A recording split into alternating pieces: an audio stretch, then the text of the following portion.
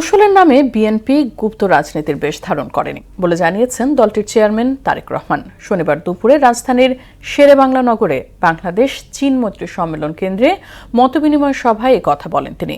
এ সময় তিনি আরও বলেন, ষড়যন্ত্র করে বিএনপিকে দমিয়ে রাখা যাবে না। অনুষ্ঠান ফ্যাসিবাদী আমলের গুম খুনের কথা বলতে গিয়ে কান্নায় ভেঙে পড়েন স্বজনরা। তানজিদ ভুঁইয়ার প্রতিবেদন।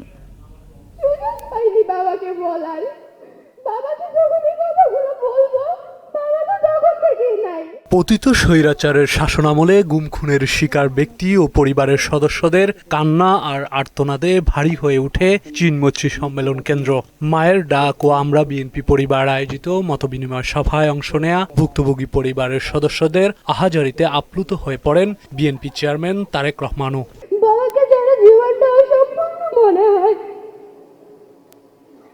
আমরা আমাদের বাবাকে ফেরত চাই। আমার এই স্বপ্নটাকে আজও পূরণ হবে। আমার ভাইকে বাবার মুখটা দেখতে পারবে। 17 বছর নানা কৌশলে নিরীহ অসহায় মানুষ কিভাবে গুম খুনের শিকার হয়েছেন সে চিত্র তুলে ধরেন সংগঠন দুটির প্রতিনিধিরা। গুম হয়ে যাওয়া, নিহত, আহত, মৃত্যুর অপেক্ষায় থাকা মানুষদের মনে রাখা মানেই মুছে ফেলার বিরুদ্ধে দাঁড়ানো।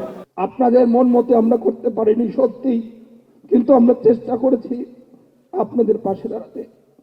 জনাব তারেক রহমানের বার্তা পৌঁছে দিয়েছি আপনাদের ঘরে ঘরে।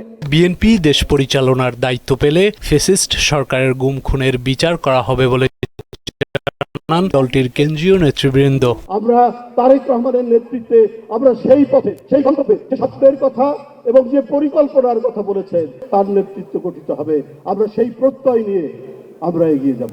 সমতা বিধান করতে হবে, সাম্যতা আনতে হবে। আমাদের ভদ্রতা নম্রতা নয়, সেটা আমাদের দুর্বলতা নয়।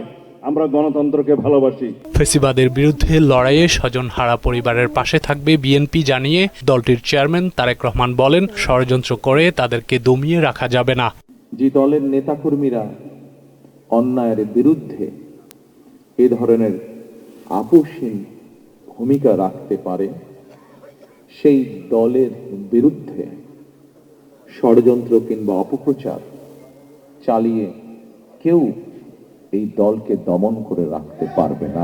জনগণের রায়ে বিএনপি ক্ষমতায় গেলে গুম খুনের শিকার শহীদদের নামে সড়ক এবং স্থাপনার নামকরণ করা হবে বলে জানান তারেক রহমান।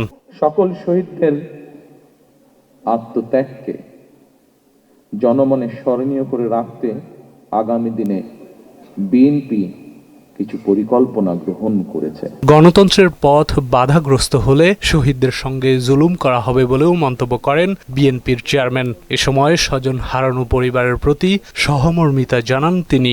সজাগ থাকি যাতে আমাদের গণতান্ত্রিক যাত্রা যা শুরু হয়েছে তাতে যাতে কেউ ব্যাঘাত করতে না পারে। তানজিদ ভুঁইয়া, মোহনা সংবাদ, ঢাকা।